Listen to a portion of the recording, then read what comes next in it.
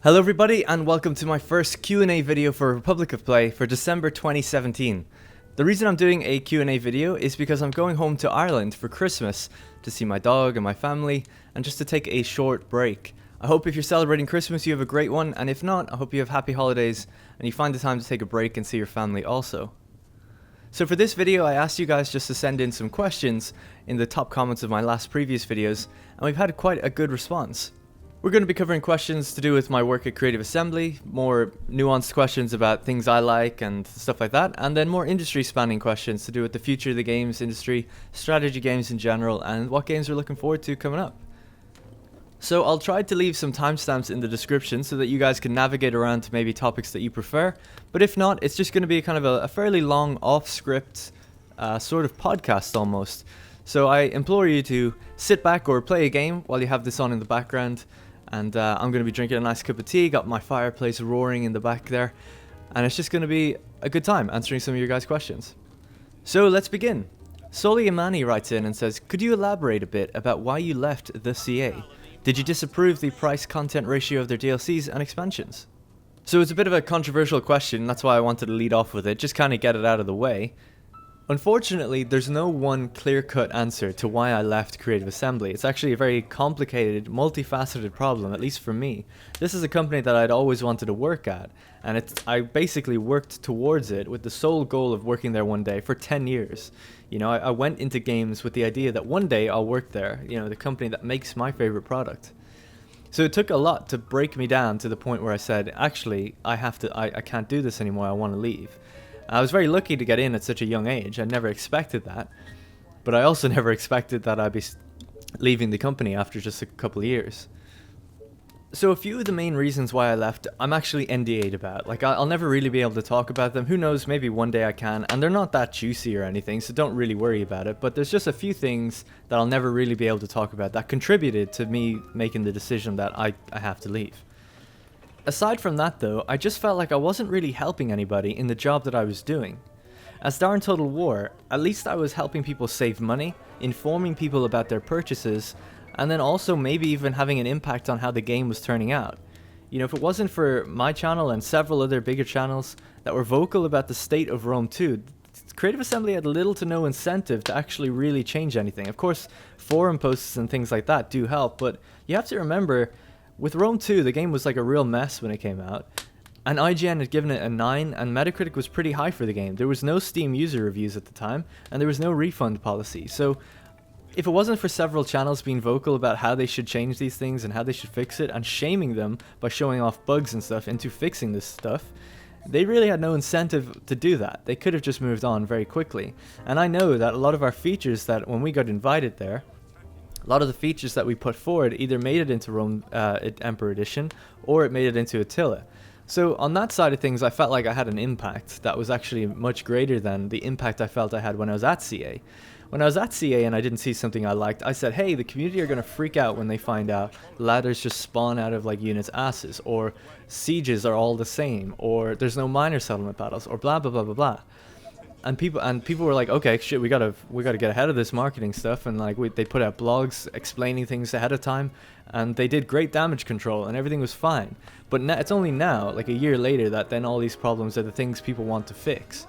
So I feel like not being on the outside, along with some other people that could have been more vocal, could have made the game better. And of course, it's not a Rome 2 situation, so that's fine. And I'm not exactly feeding the poor now, it's all just games. But I did feel like, at least back then, I was helping people a lot more than I was at Creative Assembly, where the reward from reading comments like, hey, thanks for saving me $10, you know, or someone was actually nice enough, even when I had like a couple thousand subs, to buy me a game and say, hey, I'd like to hear your thoughts on this, and blah blah blah, to working at Creative Assembly, and it's like a pat on the back from your marketing boss saying, hey, we just shifted X amount more pre-orders, appreciate that. It's like, awesome, cool.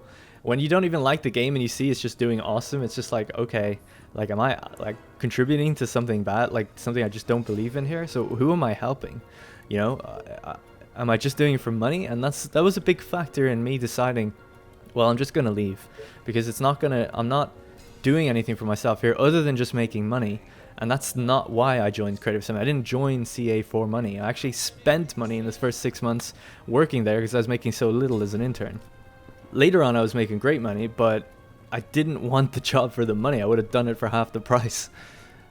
So that was like a big contributing factor. Another couple ones I'll try to get through quickly were a lot of people I worked with were very junior. You know, I was my first real games company. I had worked as a programmer in a different one.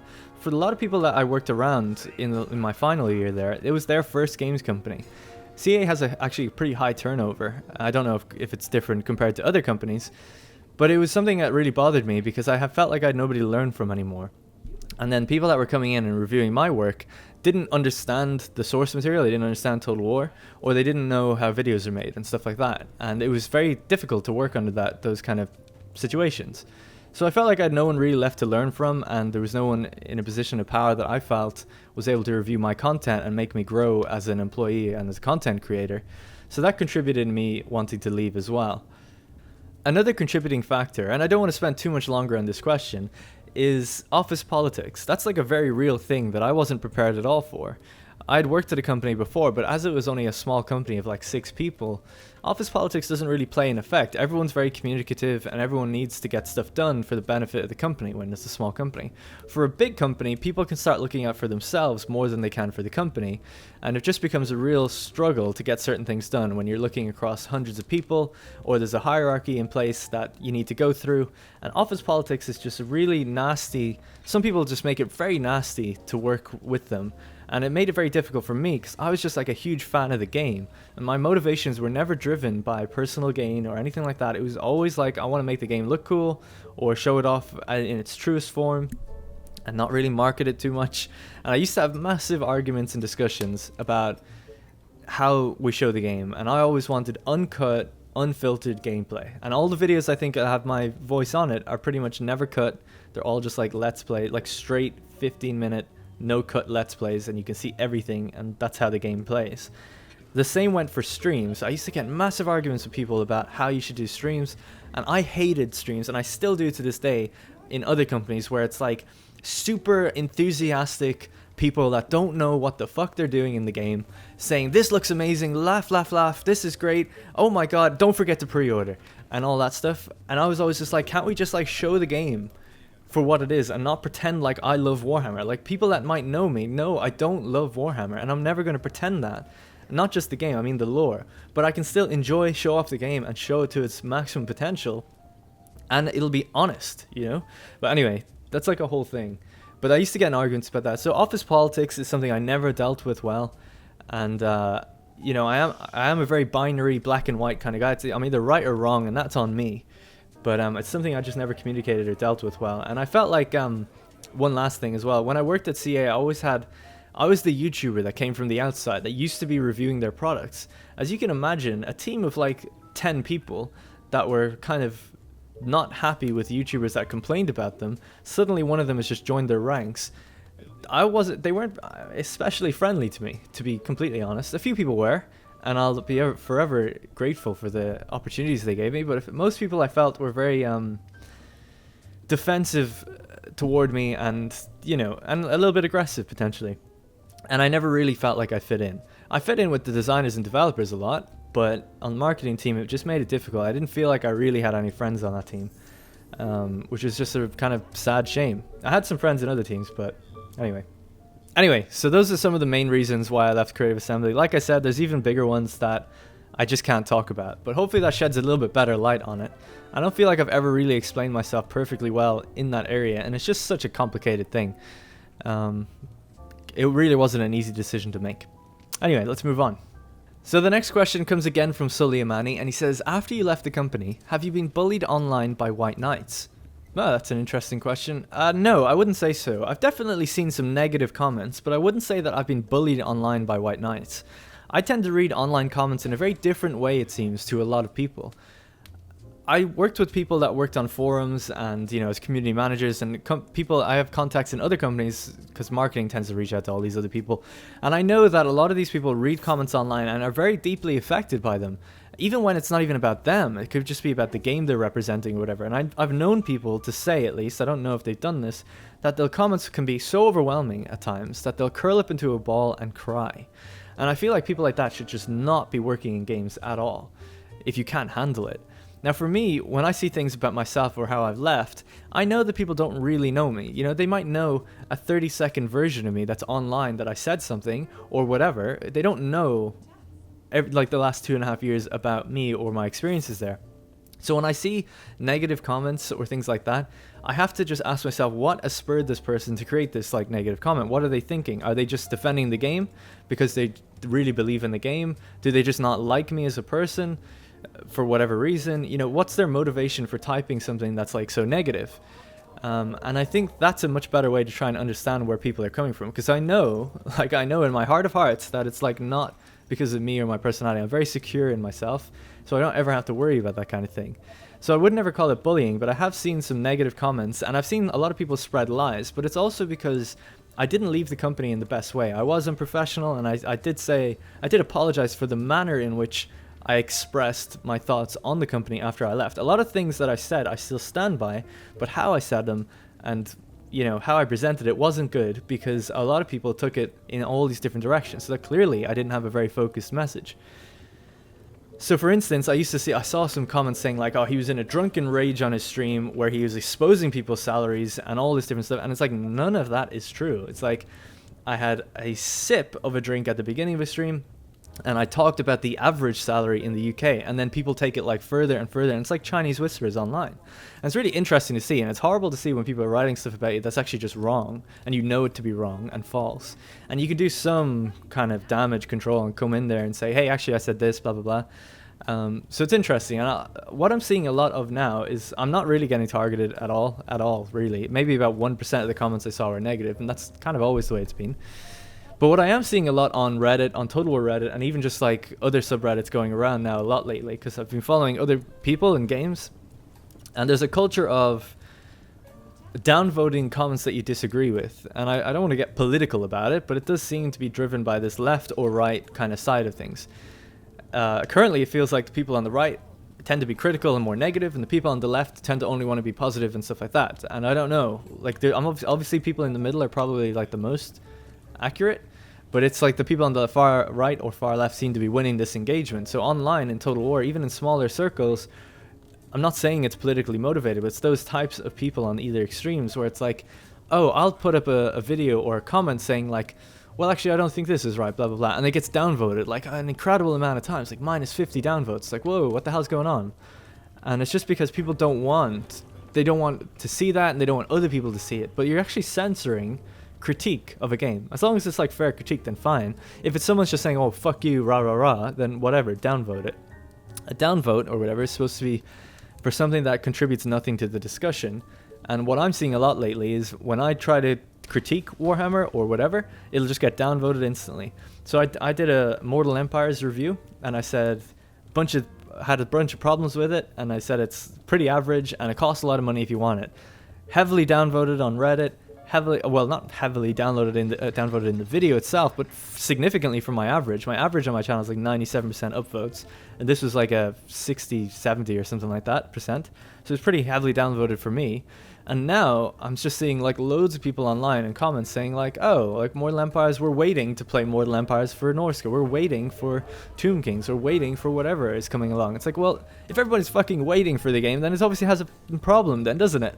You know, so I find it it's interesting, and I feel like they're hurting themselves by downvoting and blocking discussion on things like that.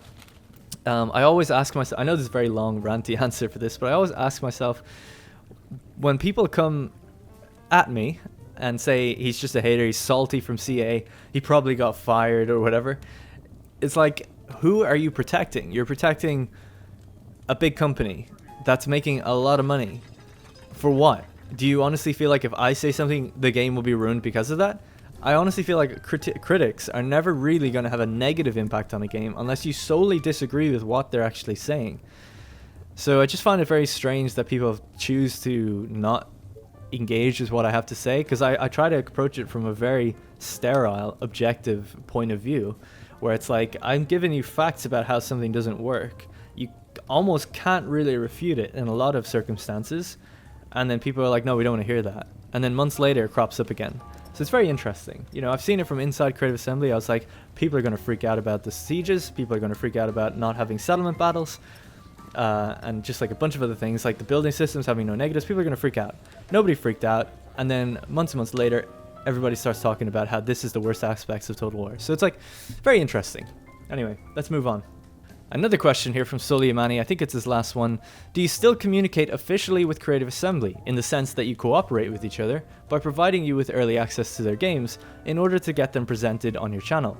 The short answer is no.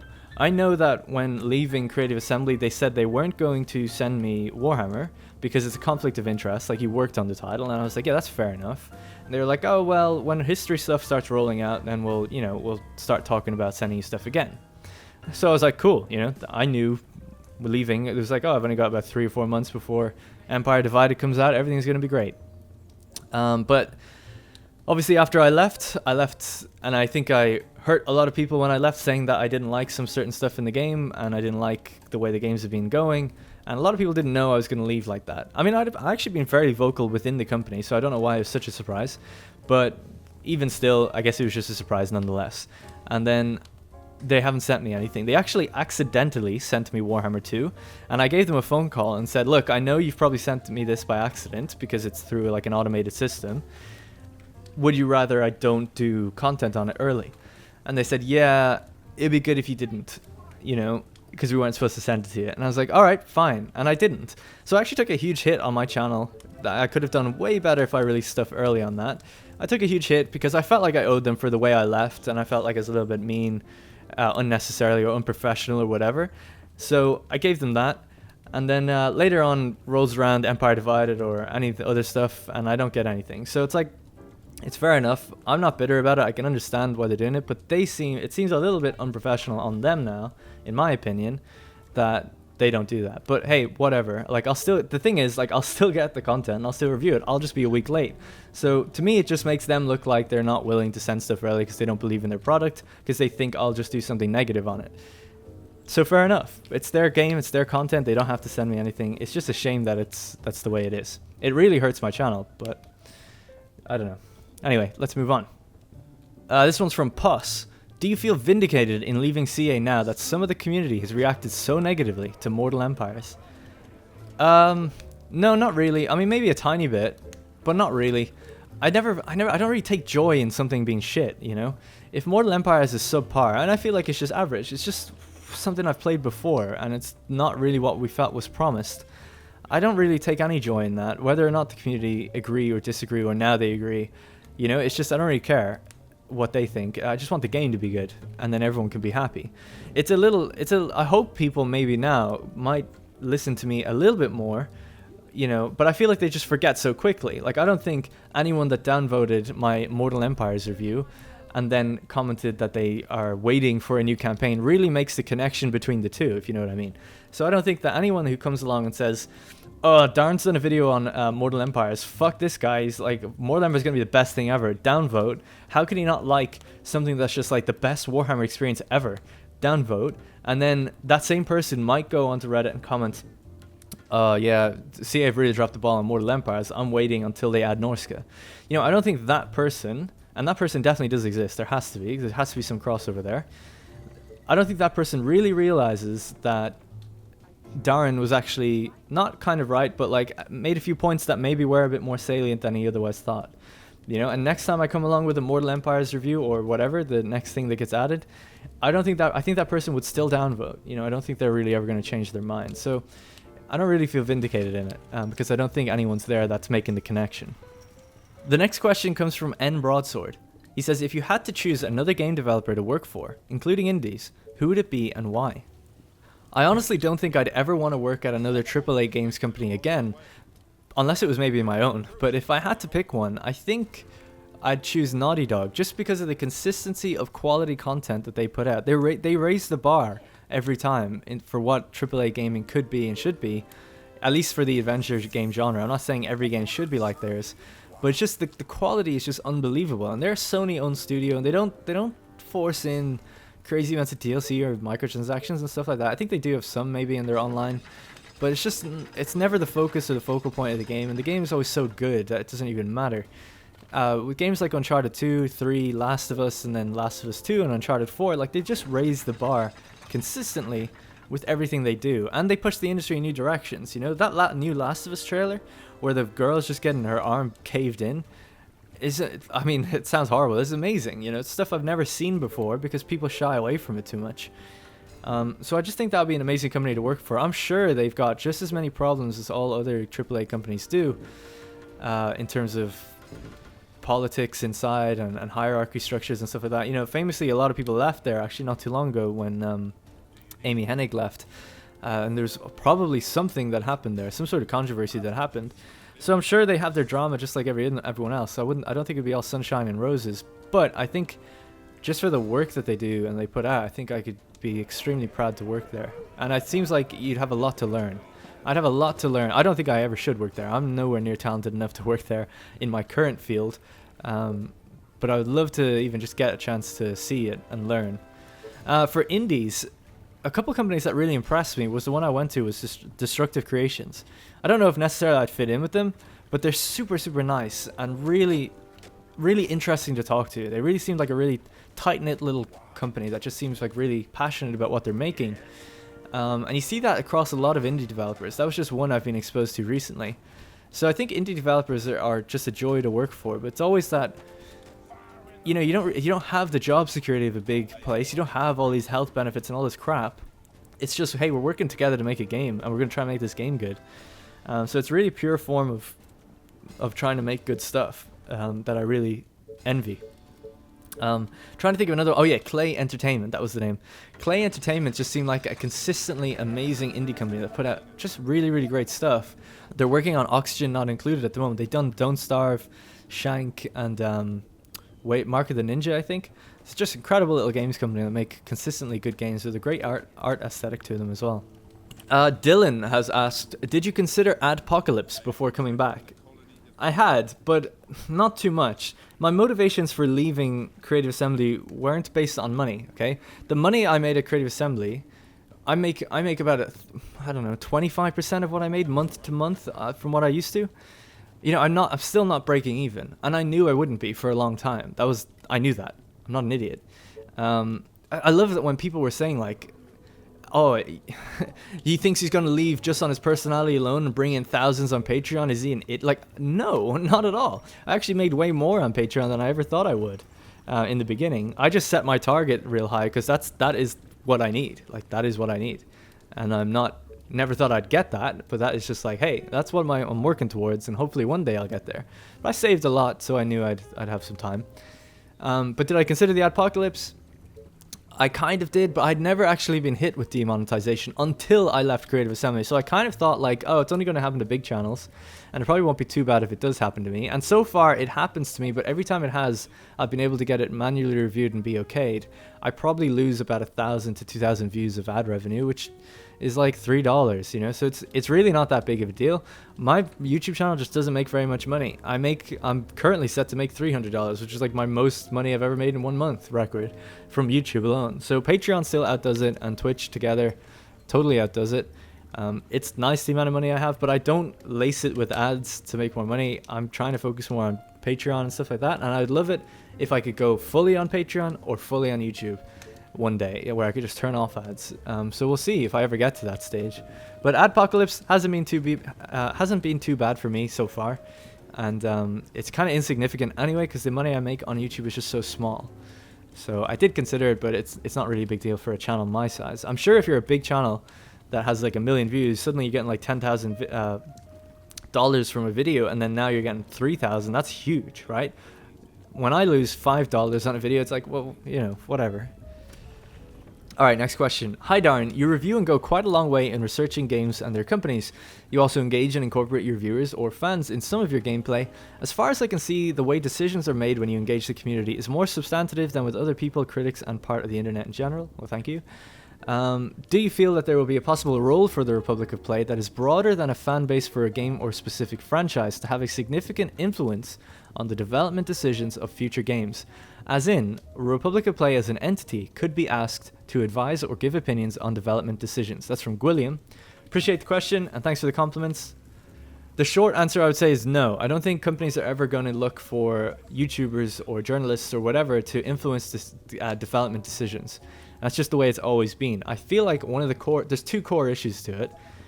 The first one, the first one I'll talk about is the designers, right? If you're a designer for a game, you have an idea for something and a vision for something, you kind of want to just make that vision. As selfish as it might be, you kind of just want to stick to your gut on something. Because if someone tells you, hey, you should do this instead, you could go with their idea, but if they're wrong, the blame still falls on you. It's still your game that you're designing. You're the designer. So you can read as many comments and as many ideas and thousands of ideas as you want. If you don't just stick with what you believe is going to be good, then, you know, it's always ultimately going to fall on you. So I don't think that a designer really ever wants to... I'm sure like they're open to listening to ideas and then incorporating them, see does it fit their vision and stuff like that.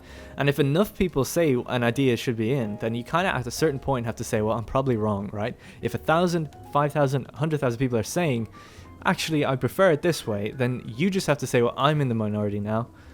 We should go with their idea. But if they were just to reach out to me or one or two other YouTubers, bigger influencers or whatever, and ask, then you can't really trust my opinion over anyone else's without any proof. I can say, you know, Total War would be better if it had a veterancy system where units can be upgraded based on their skills and whatever. I don't know, whatever. Or, you know, all these ideas I have about redlining and how to improve multiplayer, all that. They could listen to that, but at the end of the day, they don't know if they're really going to work or not. So they just can't ever, there's no proof in what I say if it's going to be good. And that's why I find it so fascinating that someone like a player unknown could be hired by a studio, put in charge of like 50 people and get to make a game when all he has is just a little bit of modding experience. So it's really, he said it himself, Brandon Green, that he's one of the luckiest people in the world just to get that call and then to be able to be shown it to be successful. But for every one of him, I could be hired and make a Total War game and it could flop because of my ideas, or maybe it would cost too much because I'd want too much in it. I don't know. So yeah, I don't know if we'll ever have significant influence on the game. The second core issue is that by the time a game gets announced, typically the decisions have already been made. For instance, the next historical Total War game, if it gets announced in 2018 or 2019 or whenever it comes out, I know that, like, I was there on my first day 3 years ago. I found out what that game was and it was being designed. It was in its early infancy, being designed 3 years ago. So, you know, it's easy to then for them to announce the game and me to say, well, actually, I think you should do it this way. But it's like they decided that 3 years ago, and the game's been built in a certain way to accommodate that design decision. So a lot of the decisions would have to be given to YouTubers and stuff so far in advance, like, you know, it's just not going to happen. So I do believe that there is a role for consultancy, where like maybe if people felt my ideas were so good that they wanted to consult and ask me what they think of them. But ultimately I feel like designers are always just going to have to trust themselves, and that's why you need good designers. And I feel like companies are never going to want to announce or tell people stuff that far in advance to prevent leaks, because it's just so risky telling someone like me, even if I'm NDA'd, you know, a leak like that, even if they sue you, they're still losing way more money from based on what they can get back in suing someone. It never looks good to sue a gamer or whatever if you're a games company. New question. As a huge RTS fan, I have to say I've been seeing less and less games being launched belonging to this genre, and definitely very few huge titles. We have hybrids like Total War and squad-based games, but very few in the line of pure RTS games. Looking forward to the new Age of Empires game and Spellforce 3, but not much else to be excited about. Where do you think the RTS games are going? Can we expect to see any huge successes like Warcraft, Command & Conquer, Red Alert, etc.? This is from Alex G. So thank you for the question. This is an interesting one as well. These are great questions, by the way. Hopefully you guys think they are too. So I've been thinking about this actually quite a lot lately, and last year we had a pretty good year for strategy from the big companies. Let's say we had Total War Warhammer, we had Civilization 6, Stellaris, Hearts of Iron, and we had a bunch of smaller games like Factorio and some other ones like I wrote down but I can't quite remember. It was actually a pretty good year for strategy last year.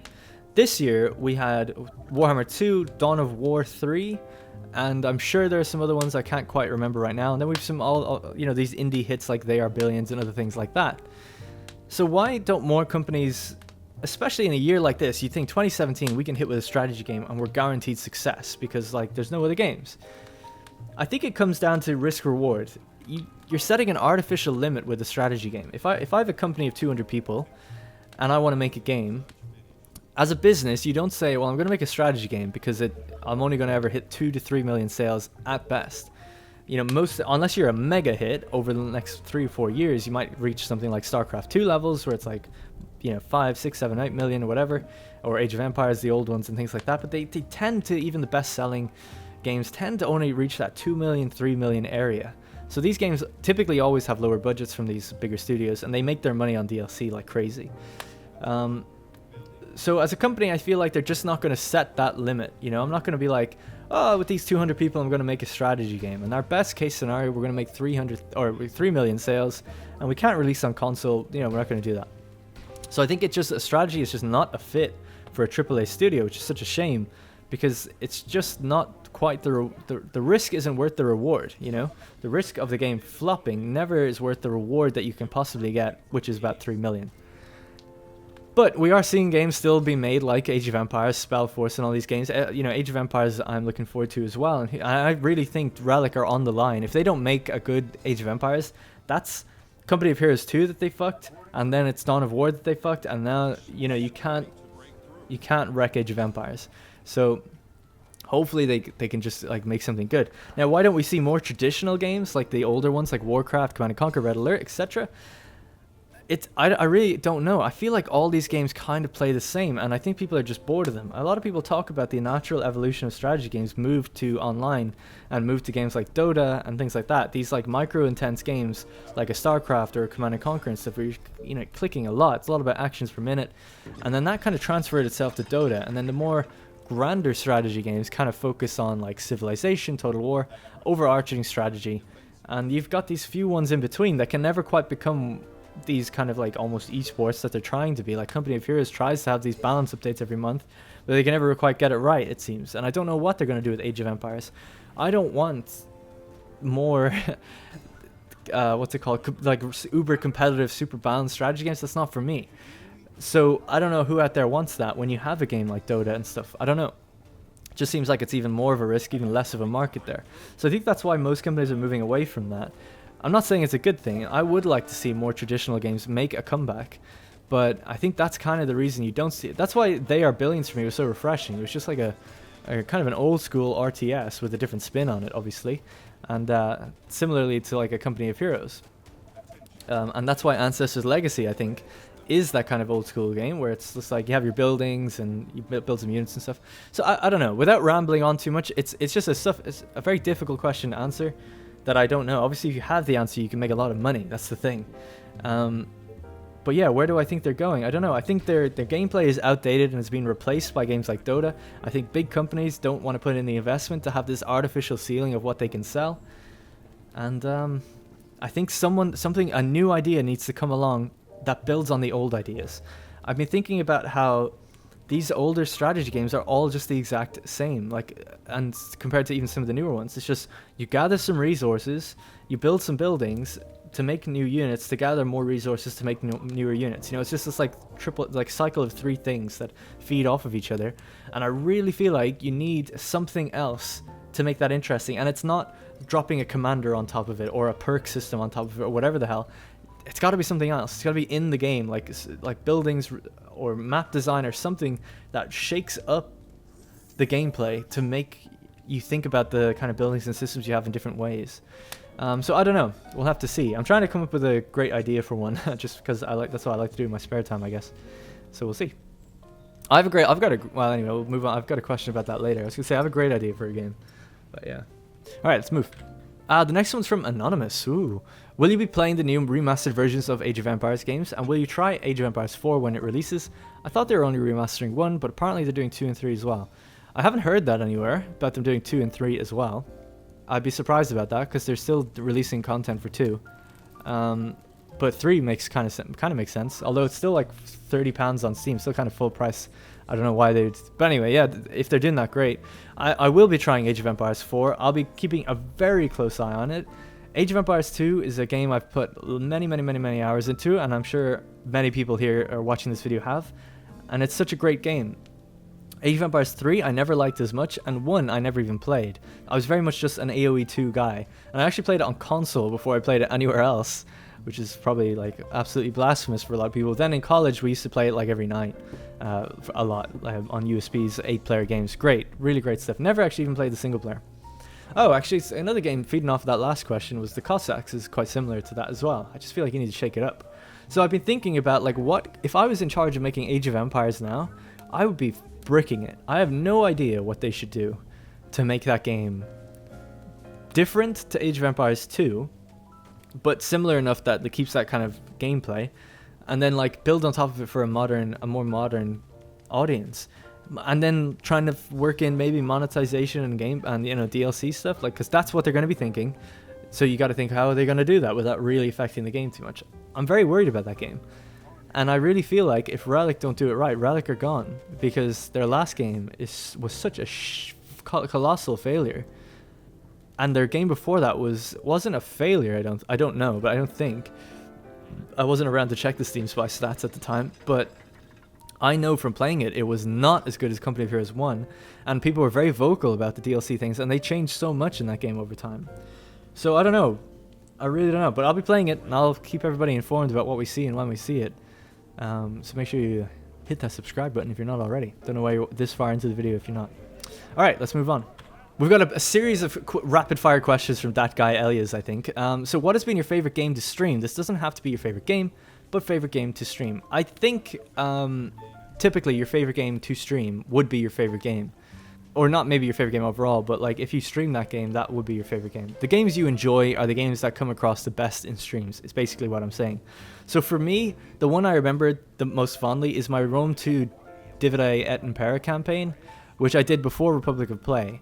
And it was a 4 or 5 month campaign where people would vote on what we did, and it was so cool. It was so amazing. I think it was a hard Roman campaign, and it was just so good. Best campaign I think I've ever had in any Total War game, and it was just amazing. And anyway, I don't need to really go into it, but that is my favorite. DEI is just fantastic, and the gameplay we had and the AI was doing so well. The battles were really cinematic.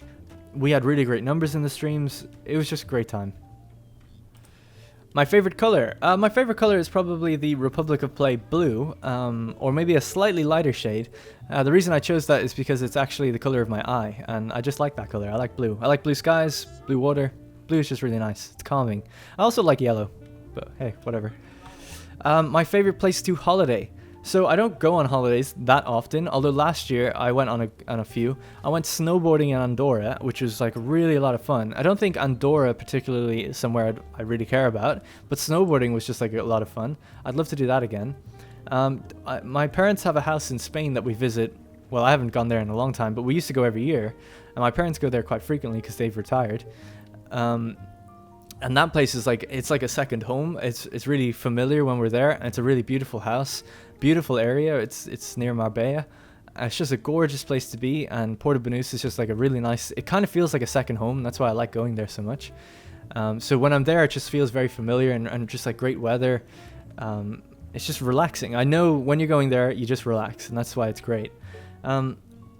Recently though, I went to America, and that was like a ton of fun. I've got a question about that a bit later, I think. I didn't really do anything too crazy in America. I just went to beaches a lot, and I loved it. So if I was to choose any of the places I've been to go again, I would just go back to America where I was. It was great. Favorite hobby besides video games? This is what I've been talking about. I've been trying to think of for a while now, because I'm such a loser. All I do is basically play video games and talk about video games, make videos on video games, watch YouTube about video games, and listen to podcasts about video games. And music I listen to is often video game soundtrack. It's actually a real problem that I'm becoming more and more self-aware of, that I have no personality outside of video games, and I'm kind of worried about it. But if I was to pick a hobby that I do other than that, I like cooking. And it's just something I have to do, but I take a little bit of pride in my cooking now, a little bit, and I'm getting better at it. And I don't know, I like cooking. I like Indian food the most, and I try to make my own Indian curries sometimes. Unfortunately, now it's just a bit too expensive to do that. My own curry could last me like 4 days, but it costs me about like £40, £50 in ingredients to make, so it's not really worth it, even though it can be delicious. But that's something I did a few times when I was at CA, and I really enjoyed doing that. So cooking, I'd say, is another hobby of mine. Why the hell don't you read books? Every answer to this will be wrong, Kappa face. They just take too long. I actually, in school, I did very well at English. I feel like I'm an idiot when I say it takes me a long time to read. I read at the pace that I speak. That's just how I do it. When I read in my head, I hear myself speaking. That's just how I read. I don't know how it's different for other people, but some people just absorb the words, and it's really strange to me. I have to physically read them and say them in my head to read. So that's just how I read. I like narrate my own life in that way. So books just take a long time. You know, it takes a long time to read. And when after I read a couple of chapters, I'm like, I'm just burnt out and I don't want to read anymore. I just don't get as much enjoyment from a book as I do from a video game. And that's why I tend to always be like, yeah, I can't wait to read this. And then I just read like a few chapters and I could be like, this is a great story. Super interested, want to know where it goes. And I just can't read anymore. I'm just like, okay, I'm done now. I'm trying to get better at it though, because I feel like it's good to read. And I've read some, like I've probably only read like 15 books in my life, and about 12 of them have been excellent, in my opinion. So I actually do enjoy books. I've tried audiobooks as well, but I hate it. I absolutely hate it. If I don't like the voice of the person reading, it just sucks, and I can't find, I don't know what kind of voice I want to hear, other than maybe my own, which is maybe a problem. But yeah, I've tried reading a couple books with Audible free trials and things like that, and I can't do it, or listening to them, I just can't do it. So that's it. Yeah, it's a shame. I want to read, like, I don't know. I want to read, but it just takes me too long. I just get bored. Just play a little game on my phone instead. It's much more interesting. Is 200 bits enough for a slice of pizza where you live? So for those who don't know, bits is Twitch's currency. I think 200 bits is around $2 or something like that. $2 for a slice of pizza. What's that? Like a pound? Pound 50? Yeah, probably. I think you could go to Greg's and get a slice of pizza for a pound, probably about a pound. I don't know though, I never really do that. I know that Domino's or something, like a pizza is like 14, 15 pounds. So dividing that by 8 to get a slice, that would not nearly be enough, I don't think. But yeah, I'm not a big fan of pizza actually. I like restaurant quality pizza, and 200 bits sure as hell ain't enough for a slice of restaurant pizza. Are there any other trends that concern you that are happening or developing right now in the gaming industry that the public may not be aware of yet? So it took me a while to think of an answer for this, and I gotta be careful in how I talk about this. And it might be controversial, and I'm sure people do know about it, but generally speaking, companies, tech companies, games companies are hiring people based on diversity more and more instead of based on what they're good at, right? So they might hire, if we've got 100 men in this company, we need to get this to 50-50 women. Let's hire as many women as we can. We're looking for women, upcoming women, great women in tech. Let's award the women in tech to make more women in tech.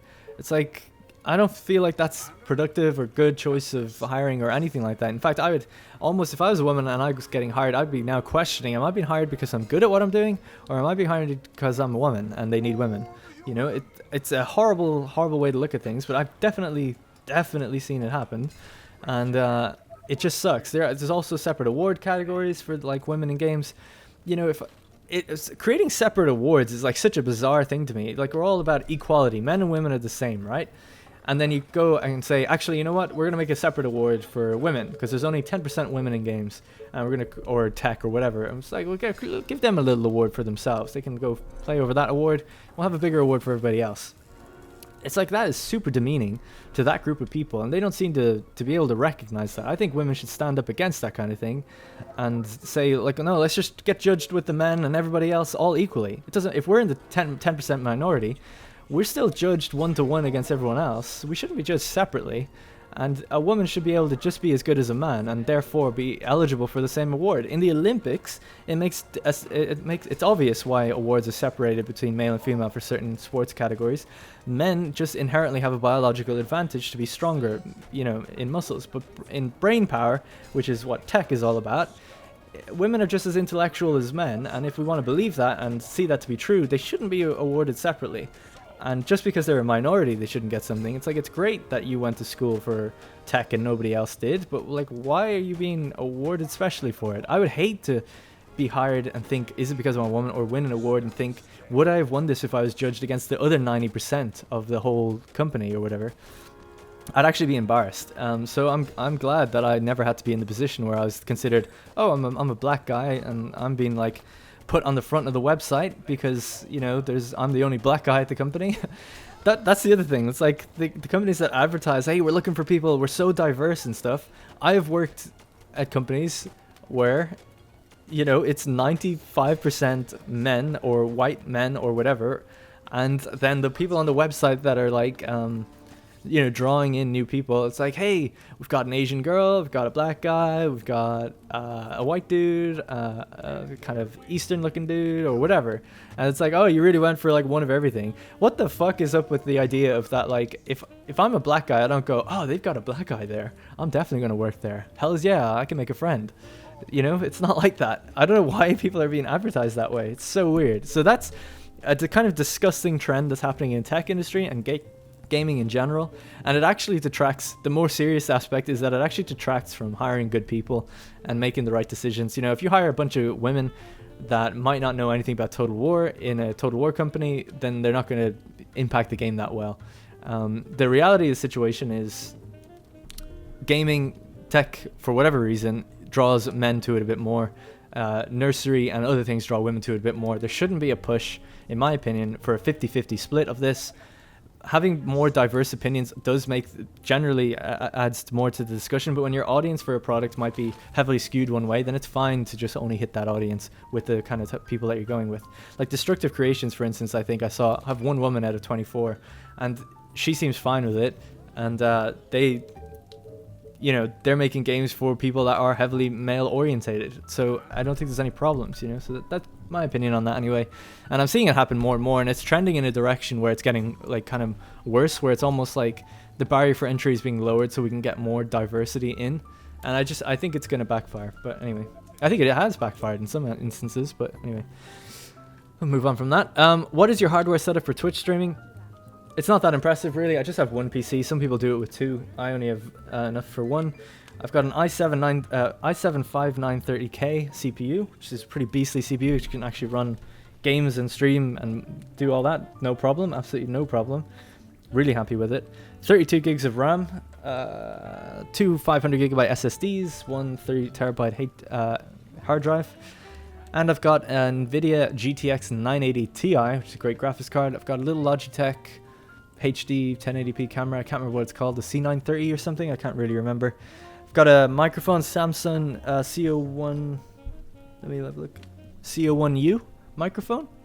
I've got two studio lights, Godex somethings, Godox lights. They're LEDs. They're awesome. They're about 150 pounds each. And then I've got a mic stand arm, and I think that's about it. No, I've got Sony MDR headsets. One as a backup as well. So that's kind of my whole setup. I have one screen, then two Asus monitors, both 1080p. I put my game on my left, chat on the right, and OBS. And I use OBS. I used to use XSplit, but OBS I think is cheaper. Obviously it's free, and it's actually just as powerful. So I like using OBS now. And yeah, that's pretty much it. Why do you think taking the wrapper off of that drink made it less compatible with your green screen instead of more so? It still bugs me. That's a good question. I forgot to mention I do have a green screen as well. It's just basically this green cloth with kind of a stand or whatever. So the drink in question was a bottle of Lucasade Orange Sport. It's kind of like a yellowy orange liquid with a blue wrapper around it. So I think the blue and the orange being picked up by the camera kind of makes it kind of a green. And then, like, it's kind of blue and yellow, right? Makes it kind of green. So that's why it would be kind of like transparent. And then when I took the wrapper off, it was just yellow against the green. And I think that's why the yellow would stand out. So I think it was a combination of having the blue combined with the yellow made a kind of a green color that would make it transparent. When I took the wrapper off and you could see the liquid, it actually became a little bit less transparent, I think.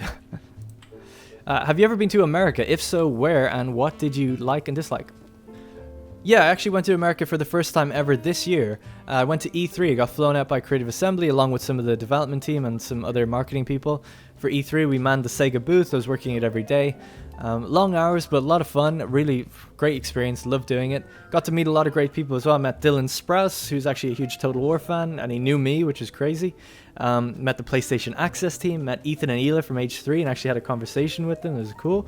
Met iDubbbz, sat and had a conversation with him for a little while, although I think I was kind of drunk at the time, so apologies if somehow he had seen this. Then I also met Angry Joe and talked to him for about 2 hours, and that was awesome. That was a great experience. Highlighted the trip probably for the E3 part of it. But I stayed on then for 2.5 weeks, and Rosie flew out, my girlfriend, and we stayed in a friend's house. I had a friend who lives over there, and we were friends online, and we've been gaming together for like 5 or 6 years, and he visited me the year before, so I felt comfortable knowing him and going out and staying with him. And he's had a really nice place in Camarillo, which is just a little bit kind of northwest of LA. And it was beautiful, beautiful part of the country. We had a whole plan, like we're going to go San Francisco, and we're going to maybe even go to, well, it was just a lofty idea, but maybe go to Vegas and stuff. But I was on a bit of a budget. I was spending money that I knew I'd be needing to save for Republic of Play, because I knew I'd be leaving in a few months. And I couldn't really do too much. So we ended up just not even traveling really anywhere. Obviously, I went around Hollywood. That's where I stayed in my hotel for the first part. But then when we went out to Camarillo, we basically just went beach hopping and went to nice restaurants and went to the movies and stuff like that. I essentially just lived as if I lived in America, and that's all I wanted to do, and it was so much fun. I just loved it. It was just like, oh, this is just like where I live now, and then we had to go home at the end. So I went to 5 different beaches. Went to Venice Beach, Huntington Beach, Carpinteria, Santa Barbara, and one other one I can't quite remember. Oh, I remember now. It was Malibu. So that was awesome.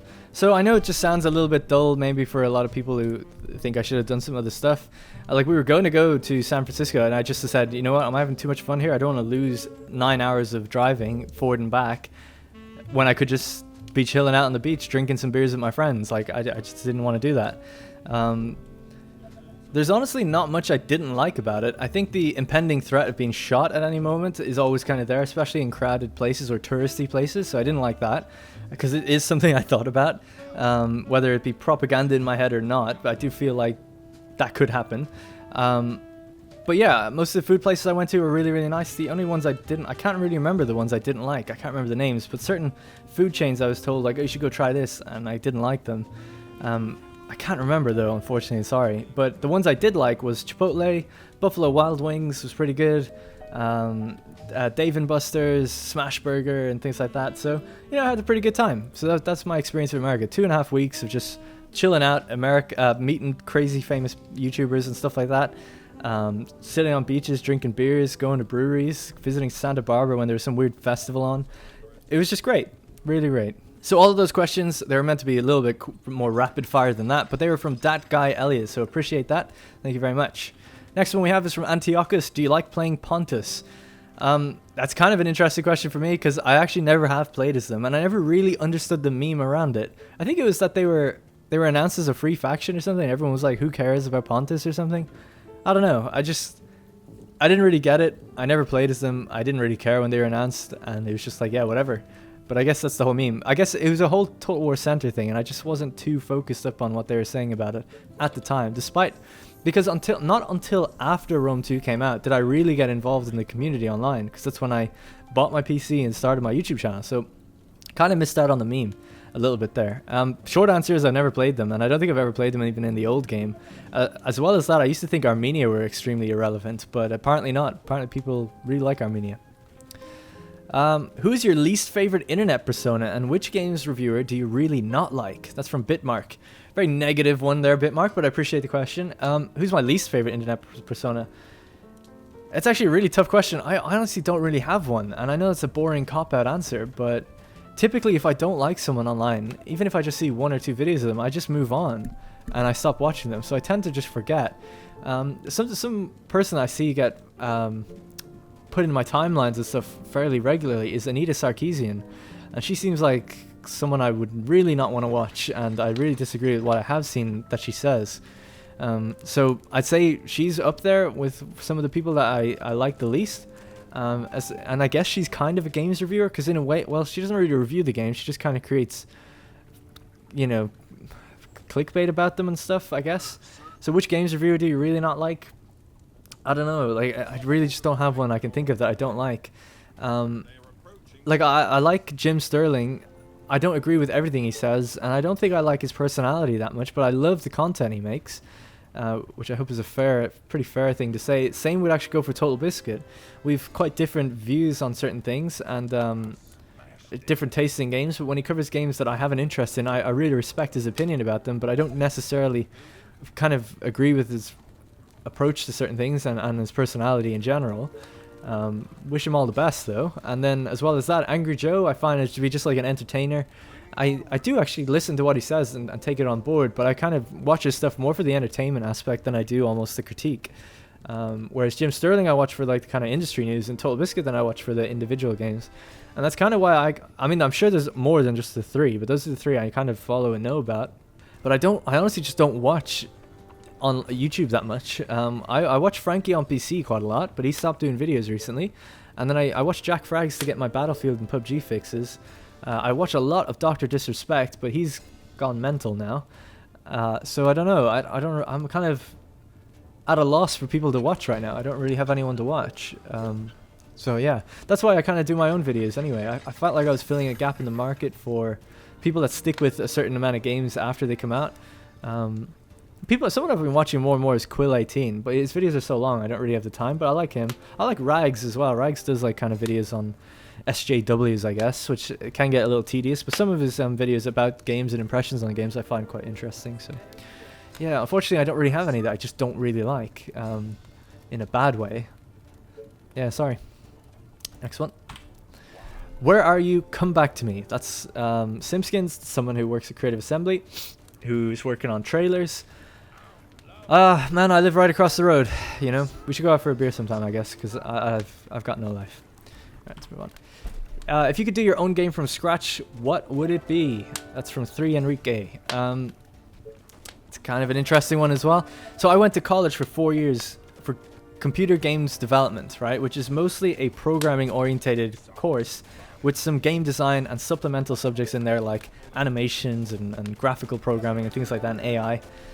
Very interesting course to take. Maybe a little bit too broad to become good at any one thing would be my only critique of it. But I have a good understanding of a lot of different aspects of game development, which I think does help in channels like this and stuff like that. So in our final year, we had to make our own game.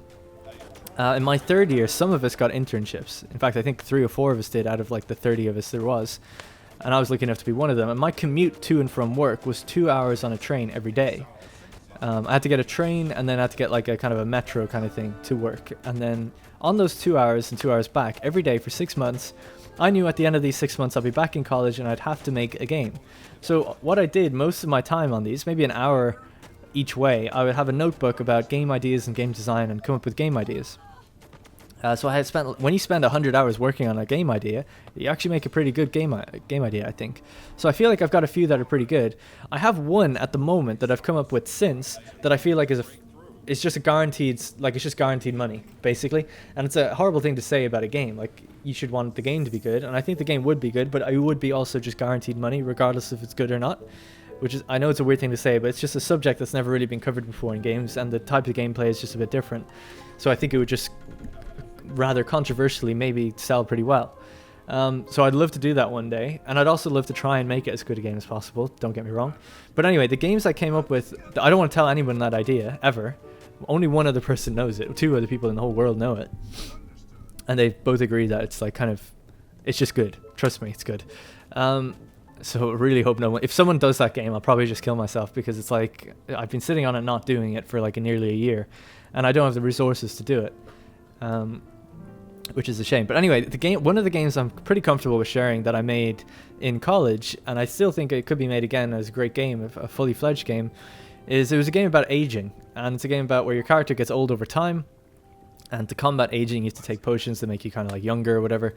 And it's a story, there was a story around it where your wife or your girlfriend, significant other, your love interest runs into this forest that grants anyone whatever they want, okay? And it's like, oh no, she's depressed. She goes into this forest because she's upset. It's like a very mature themed game, I suppose. She goes to this forest to grant her any wish, but no one ever returns from this forest. That's like the whole big thing. So he goes in after her because he's just love of his life. Come on. So he goes in after her, knowing that he might never come out, trying to find her, and he starts aging over time quite rapidly. And the whole thing of the game is like, essentially, it's kind of unique gameplay where the screen gets closer to you as your vision gets worse. You get slower. It's harder to maneuver the maps. It's hard to avoid enemies and get around the place. And you're solving puzzles and figuring out, like, finding notes that she's left. And then every now and then you're taking potions. But the idea of the potions was to actually introduce an addiction mechanic that I'd never really seen in games. So this addiction mechanic was basically halfway through the game. So you take these potions and you feel younger, you feel more vitalized, you run around, you're better. But halfway through the game tells you, basically, you find out through the notes that what you've been taking is actually aging you faster over time. It gives you these temporary reliefs in age, makes you younger. It's like a potion of youth that inevitably slows you down and makes you older. So you're almost burning your age faster. And the players find this out. And what the interesting thing is, it's you'll come across these potions again, and the question is, do you keep taking them, or do you avoid them? And that's like one of the big factors of the game. Apart from there's a cool ending to the game, I don't actually want to spoil it because I still think I might ever one day do this game. And the twist at the end is like really good. But yeah, so the gameplay was just kind of interesting. So I found like in playtests and things, like a lot of people some people would be like, I'm just gonna keep taking them. It makes the game easier. I'll get over the jumps quicker. I'll get to the end faster. Get through the game quicker. Just keep taking them. It's fine. Other people were like, oh no, I'm never taking this again. Now that I know it's bad for me, I'm not taking it again. It's more challenging now, but in the long run, it'll pay off. And then some people were like, oh, I'll only take it when I feel like I really need it. And I just thought it was fucking awesome because it's just like someone who's addicted. And some people needed it. Like after you take 3 or 4 and 5 and 6, and then you start slowing down so much, it's like, I need to get the next one to play this game. God damn it. Because I'm slowing down so much and things are just becoming so difficult and hazy. So I always thought it was a really cool mechanic, and then the aging as well, just in general. I hadn't really seen many games do that before. I think some have. So that was the game I was making. It's just a standard platformer, but with like a little twist. In college, I'd also decided to make an ant game, where the 2 colonies of ants fighting each other, like a real-time strategy game, basically like Company of Heroes. But in the game, essentially what you'd have is a layer of mud that these ants would have to dig through to get from one side to the other, and it's just like there's an ant game now on Steam, actually, so you can check out something similar, but it would have been 2D, and it's kind of like almost in the vein of Worms. You know how Worms, they kind of destroy territory and move through the territories with bazookas and a little comical and stuff? The game was originally intended to be kind of like that, and it's like this layer of mud, you dig through, and then you also have supply lines back to the queen, so everything has to be a constant supply line, because you know the way if ants are walking, and you rub in between the trails that they're walking, they go crazy, so it's all about like, if you break an enemy supply line, you can, you know, significantly damage them, and then it's all like kind of flanking through the earth with engineers to attack each other. I thought it was a pretty cool game, but it was so super simple in its infancy. I never really got to see how it would all play out. So those are just some of the games that I had ideas on in college. Alright, we'll move on. The next question is from Spartan6, and he says, where do you see yourself in a few years? I find this question to be just fascinating, because when I think back to when I was 13 or 14 years old, I'd only then just decided what I wanted to do with my life, and most people don't even figure that out until their 30s. So I was very lucky in knowing kind of my call and what I wanted to do, and I'm still very passionate towards doing that, which is I want to make a game one day. And I'd never had a particular affinity for math or programming, but that's what I had to learn to do in order to make a game. So I just focused on that path, worked on my math, and I suck at math.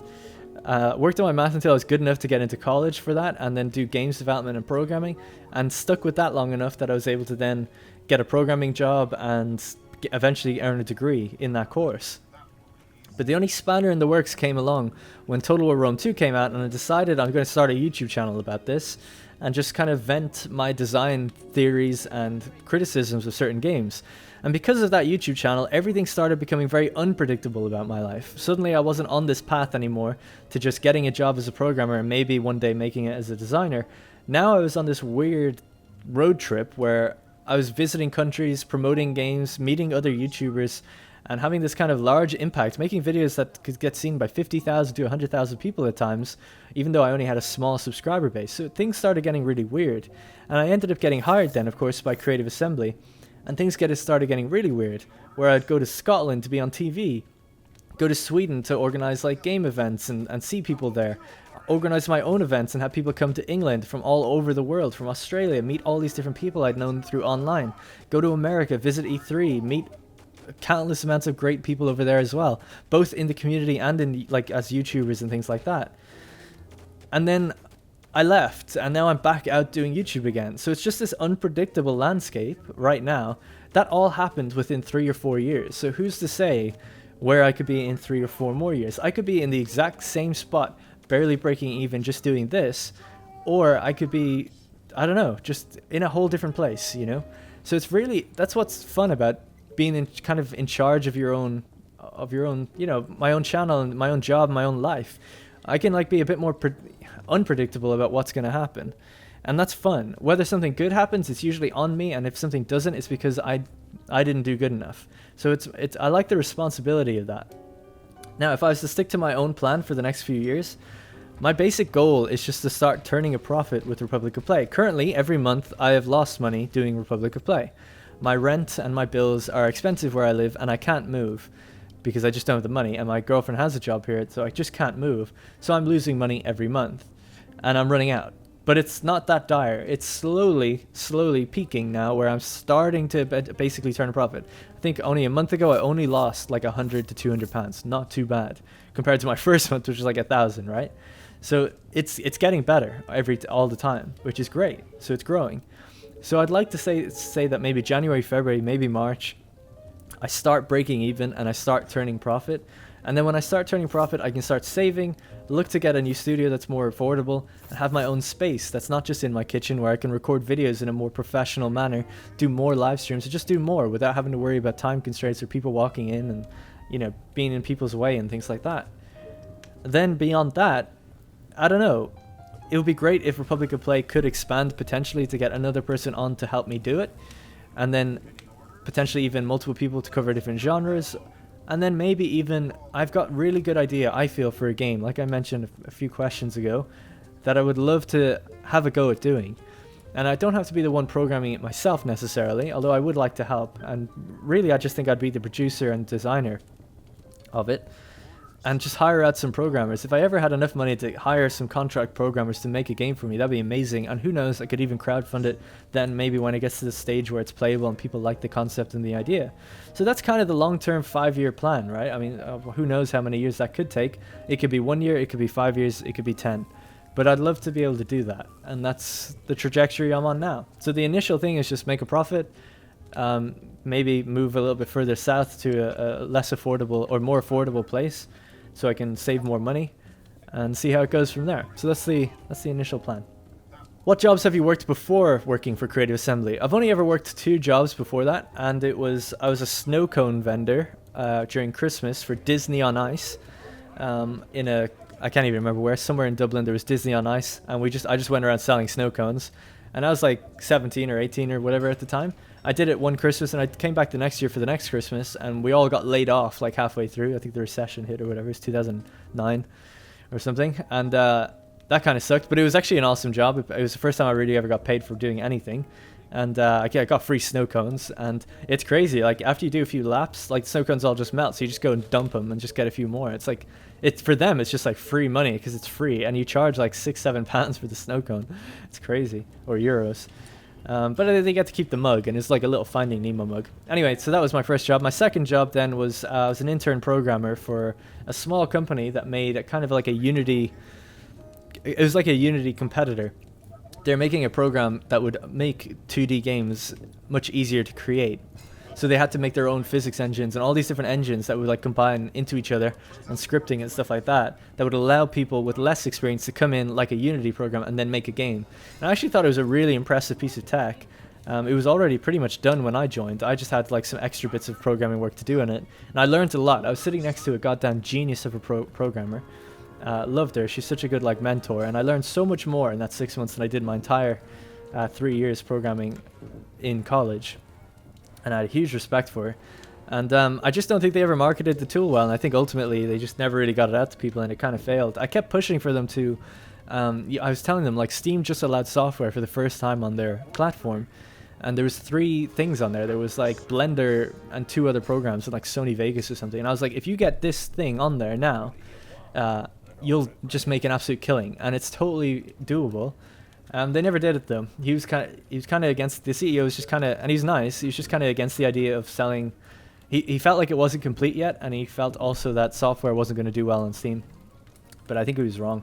And then eventually they changed the game to something that's more, they changed, not the game, the engine to something that's more, even more limited. They only make sports specific games now, and I just thought that's a good idea. So I don't know where they are now or how well they're doing or if they're still around, but it was a great experience. And then after that, yeah, I got hired by Creative Assembly. How badly do you think Relic is going to muck up Age of Empires 4? Did they really learn from Dawn of War 3, or will this be special heroes' abilities combined with loot boxes? I don't think it's going to be that far. I don't think there's going to be loot boxes and stuff, and that's from Arkan, so thank you very much for the question. Unfortunately, I am a bit cynical, and I do think Relic are going to muck it up. I wish they wouldn't, but their track record the last 2 games shows that they will. I honestly feel like it's on them not to. Otherwise, as a studio, they will close down. I really do believe that. Sega don't close that many studios, but they have been known to, and I feel like if they don't really make something really good with this one, they're going to be kind of screwed. So they really, really need to think hard about... It's tough. Like, I don't even know what they could do, even just in terms of gameplay. Forget all the extra bullshit stuff, like DLC and that. I don't know what they can do just for gameplay that's going to make Age of Empires that interesting for people to come back to. That isn't just what we already have, like Age of Empires 2. They got to do something different and new on top of it, but it has to be good and fit. So, very difficult. Very, very difficult. I hope they don't go the way of Heroes. I just fucking hope they don't go the way of Heroes. I hate that. And that seems to be like a big trend. Like everyone loves Dota and League of Legends and all that stuff. And then Overwatch has its heroes. And then you can do all sorts of skins and things with your heroes. Please just fuck off with the heroes. I hate them. And sorry for the language and all that, but I just hate that shit. Give me armies, give me bigger units, more stuff I can do with the units, deeper and better combat, and then just have the building systems on top. Maybe more that you can build out in the world and better ways of capturing resources and stuff. I don't know. That's what I would focus on. And then maybe do DLC factions later down the line or something like that if you need to get your extra money. But please stay away from Heroes. We'll see what they do. I don't know. I don't have faith. If I was an investor, I wouldn't invest, but who knows? I could be wrong. Would you say that you prefer strategy games over other game genres? If yes, why is that? That's from Nils Blixt Hadlock. My answer is actually no. I don't prefer strategy games over other game genres. My favorite game genre would probably have to be FPS games. And if I could only play one type of game only, for whatever reason, it would be like some sort of FPS online game, right? If I could play it online, I could at least play it over and over. Strategy games can be played over and over on their own, so it doesn't have to be online. So that's a great aspect. But anyway, the reason is I don't like just particular genres typically. I tend to like immersive games. So for me, Rome Total War, when I first saw it, I didn't think, oh, strategy game, sweet. Or, oh, Roman, sweet. I thought, Jesus Christ, look at the size of the battles on the back of this box. That can't be real. Like, there's no way they have that many people in that battle. And it just looked like a thing that really happens, you know, battles that have thousands of people fighting. I was like, God, it looks incredible. So that's what sold me on the game. And then I fell in love with strategy overall because of it. And I had played Age of Empires and other games on PC like that before. But typically I was like a FPS kind of guy or a racer. I like driving games quite a lot as well. So for me, if a game can make you feel like you're in the world and it's a believable world, then I love that. I typically just love that kind of game. That's why I don't really gravitate to fantasy games that much. I just don't like games where it's just a game, you know? It's just like a card game. Dota is just a game. I know it sounds so weird. It's so hard for me to explain, but it's just games that are just like you're just playing mechanics. I don't find that as interesting as games where it's like you're doing things that you can't do in the normal world. Like in Grand Theft Auto, I can get in a car and mow down like a bunch of pedestrians or whatever. I can't do that in the real world. It's a lot of fun actually, if you're in the game. In PUBG, I can never jump into an island with 100 people and fight to the last man. That's a fucking awesome experience, even if the game is a bit ropey. I can never command armies of thousands of men. I was never a Roman commander. Now I can be.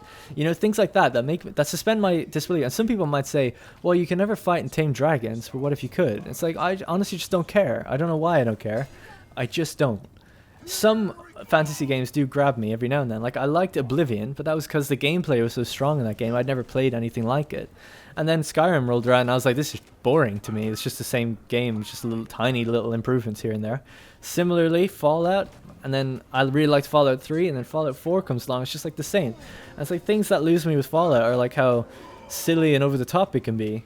Whereas I'd love a real gritty, realistic version. That's why a game like Uncharted or The Last of Us is like one of my favorite games of all time. Because it's like, that's a fucking realistic portrayal of what's going on, but with good gameplay on top of it. It's like not ultimately realistic, but the gameplay it's just so immersive, right? It just makes you feel like you're in that world, and the world feels real. So those are the types of games that I like. Doesn't necessarily have to be strategy. I do gravitate a lot more to strategy, and I feel like I have good authority to speak on strategy, and I know those games really well, and that's why I created a channel for it. But ultimately, I feel like my favorite games are just the ones that are most immersive.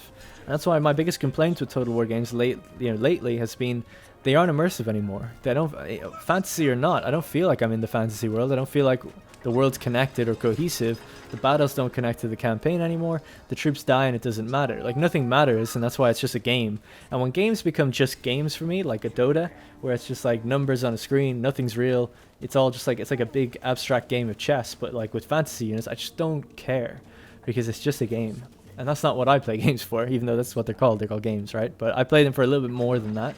And I feel like games can be way more than that. And I feel like when my parents or other people look at those types of games, they think like, wow, what a bunch of like nerds or kids just playing like these like little toys or whatever. But then when I show my parents or whoever something like a Rome Total War or a Last of Us, they think, Jesus Christ, this is like cinematic and it looks so real. And it's like, yeah, that's because like those are the games I'm interested in. It's not, I don't berate anybody for liking games for gameplay, and that's fine. But I just tend to lean the other way. So that's why. All right, long answer, but hopefully it was good. What kind of pop culture references do you enjoy in media, specifically games? That's from Bitmark again. That's a tricky one. Honestly, again, that's a bit of a shit answer for me, but I don't really have one. Or any, because I'm so involved with games that I can't, a lot of pop culture and political references and stuff like that just go right over my head. I never really get them. Never make the connections a lot of the time. I hear there's a lot of jokes and memes relating to movies and stuff in Total War. I've never got them. I think a lot of it's Monty Python stuff, but I haven't watched Monty Python, so I don't know. And I'm sorry that I haven't watched Monty Python. I've seen bits of it. My brother used to watch it, and I have it on in the background while I play games. But I just felt like it was too old for me to even care about, which I know a lot of people probably get annoyed at, but that's just the way it is. So unfortunately, I can't really think of any.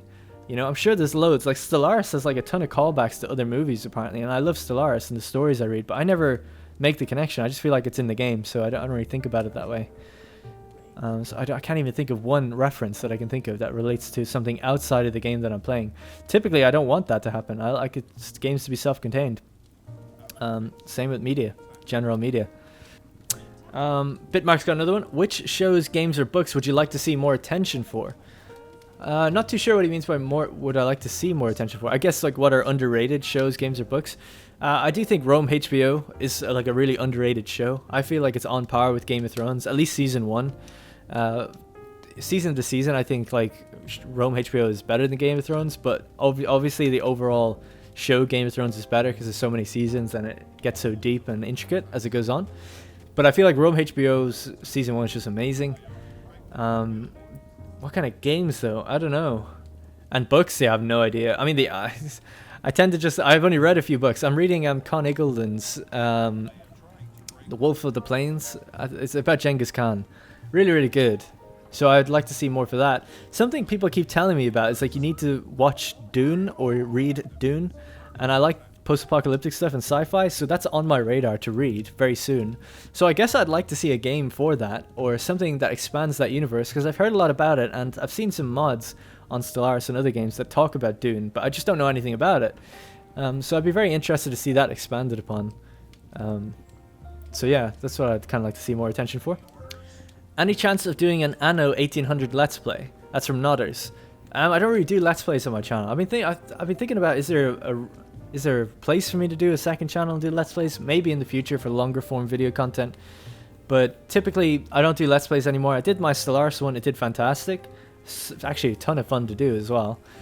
But I don't think I'll be doing Let's Plays again. I will, however, cover Anno 1800. I've never played the Anno games. I live with a guy, Mitch, who plays them quite a lot. He always recommends them to me.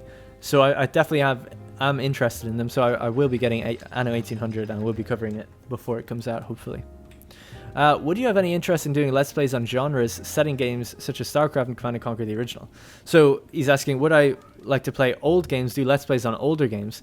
I wouldn't do Let's Plays on them, but it would be kind of cool to do retrospectives on these old games and see how they stack up these days, especially when we're looking at things like Age of Empires 4 on the horizon. Like, is there room for a StarCraft or Command & Conquer, the original, the old school RTS? Do we have room for that kind of stuff now? Or has that gameplay migrated over to like games like Dota and stuff like that? So yeah, you could definitely see some videos in the future about that stuff. It's interesting. I've got a huge backlog of stuff I want to get through. So that's definitely something I'd like to do. Let's Plays though, I'm not going to just play a game for 60 minutes and then move on. My streams are Let's Plays, so if anybody could tune into my streams, that's where you catch that stuff.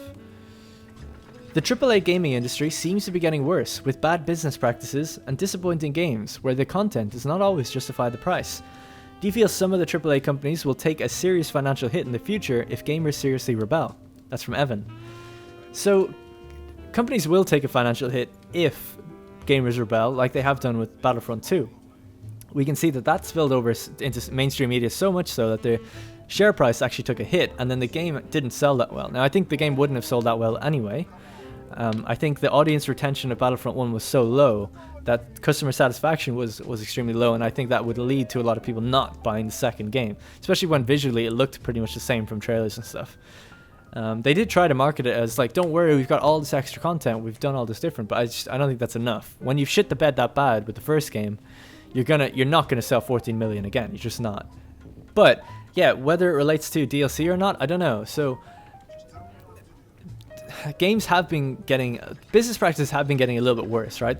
Companies are making more money and offering less. That's basically what's happening. And that's how business works. You want to maximize your profits, lower the amount of work you need to do, increase the amount of price, or figure out ways to kind of monetize your users and stuff like that. Gamers are a little bit more in tune with it and starting to rebel against it more and more, which is great. It kind of pushes that back a bit, but I feel like ultimately it's going to keep going that direction for another little while. I don't think we've seen the end of the loot box or something similar that will get people to spend their money. And you know, that's the other thing as well. It's, you say it doesn't always justify the price. That's a personal thing. Some people might be happy spending $10 to get a skin pack. Some people might want 100 skins for $10. It's very difficult to hit a broad spectrum of what's good for everybody. So it's kind of personal, you know, whether that's going to be good or not. So, are companies going to take a hit in the future if gamers rebel? The short answer is yes. If gamers rebel enough, companies will take a hit. But it has to be with your wallet. You have to. It doesn't matter. Like, EA had that minus 670,000 downvoted comments, and I'm sure they didn't like that. But until the money stops flowing, they're not going to do anything, and that's the reality. But I don't even blame them for it. You don't have the incentive otherwise. Otherwise, you can tell yourself that, well, people are buying this set, the people that are buying it are actually happy with it. You can tell yourself that. Because you could say, like, oh, 100,000 people online are giving out about something, but 200,000 people bought the thing and didn't say anything. So for all we know, 200,000 people are super happy, 100,000 people are just unhappy at the idea of it, right? So you can justify it in different ways to yourself. So it's always going to be down to the influencers and the comments around that and the gamers online and forums and stuff, and then voting with your wallet. If you really don't like something and you're not happy with the business practice, you just need to let them know and say you're not going to be buying. And that's the best way you can do it. Writing an email, writing a forum post that's not in anger, and just say, look, I'm not going to be buying because of this. It actually is way more effective. Being completely outraged almost makes them desensitized. They're desensitized to it. They're like, oh, it's just a ravenous mob that we can't even listen to. Where if it's a controlled burn, if you will, where you can just like steadily say, like, we're not going to be buying this. I don't appreciate what you're doing. I'm not even going to give you any more attention anymore. I'm moving now to this other game. There's way more other games in this game to focus on this. The problem is when it's Star Wars or Witcher or whatever game people are invested in, they get so invested into the IP that they can't ignore it. And that's a problem, I guess. Alright, so I think this is the last question we have again from Evan. Also, if AAA companies really start to suffer, do you feel some of the smaller publishers and more well-known indie devs will organically grow to become serious competitors? Yes, but I do think it's cyclical. I think once smaller companies get bigger, they'll eventually start doing the same things the bigger companies do now. I think it's just cyclical. It's the nature of the industry and company structures in the Western kind of market. That's just how the hierarchy works. You need to, if you're owned by a publisher, or you're beholden to a publisher or owned by shareholders or whatever, then you're gonna have to try and prove each year on year that you can make more money with less profit or with less cost. That's the goal. It's like, hey, you gave me 1,000 this year, I made 2,000. You gave me 1,000 next year, I made 3,000. If then the next year, the third year in a row, you gave me another 1,000, I only made 2,500. It's like, oh, you took a $500 loss on that one, didn't you? And it's like, well, we still made 1,500. We still made more money. We're very profitable. But it's like, yeah, well, you didn't make as much as you did last year, and we kind of expect you to make more every year. And that's the problem. That's why these things happen. And it's like, well, what can we do? We can either be super innovative, take a big risk and try something crazy and make a new game that's put huge money into it, or we can try to cut our costs all around the place and just increase the margin a little bit more, do some extra additive content, you know, stuff like that. And that's what will keep happening. Now, privately owned companies are the best. Steam is privately owned. Gabe Newell, CEO of Steam, he owns Steam. Steam is awesome. In my opinion, Steam basically do no wrong. Their storefront is a little bit of a mess, but other than that, I think they actually do great. Whereas a company like Activision, you've got a board of directors that don't care about what you're doing. You just care like, oh, did you make more money this year? Yes, no. Can we invest? Can we not? Where's our money going? Right? That's all they care about. And I don't even blame them for it. It's just the nature of the business. So if privately owned indie companies can stay private and don't want to just get bought out by bigger publishers, then they'll be the bastions of hope that don't always have to succumb to these practices. I'm sure some will even anyway. But that's just the way it is. A lot of people, and I think more people than not, are actually selfish and want money for themselves to make their lives easier so that they can get their whatever they want and they can then move on to whatever they want. A lot of people I know don't work at CA or whatever because CA is their favorite company or where they've always wanted to work or they love Total War. It's because they might just want to do what they do, get their money and move on to the next company and get to eventually where they want to be. And that's just the reality for like 90% of people in the industry. They might be happy making games and stuff, but they might want to be somewhere else. They probably want more money, they want more stuff, and to be able to do something differently on their own. You know, that's just, people are inherently driven by money. And the people at the tops of the companies, it's their company and their imperative to do whatever they want. You know, who are you to say, or me, hey, you should make this cheaper? It's like, well, they made the product, they set the price. You could sell a gallon of milk for £100 or a gallon of milk for £1. The market decides what that price will be over time. So it's only when people vote with their wallet will things like kind of level out. And if DLC sells well and we keep seeing it, it's because people keep buying it and the market wants it. And that's just the way it is. Right, anyway, so that's it for the Q&A. I hope you guys enjoyed it. It was super long. We had a lot of questions, and I'm such an opinionated guy. I just like to go on and on about different things. But that's just who I am. So, make sure if you like this kind of video, leave a little like, maybe post it around somewhere if you think it's interesting for other people to see or hear about. If not, I hope you just have a great Christmas, great holiday, and you take it easy over the winter break. And I'll be back in the new year. I probably might have another video after this. I'm trying my best to get another one out after this one and not just go dark for a few days. But I'm back on the 1st of January and I'll have a new video out pretty soon then. I've got some cool games to show off. Alright, so that's going to be pretty much it for this video. Let me know what you think in the comments below, and if you want to ask more questions, drop them in the comments below and I'll see if I can get to them. And I might do another Q&A if this one goes well then in a couple more months. Alright, thanks very much for watching. See you in the next one.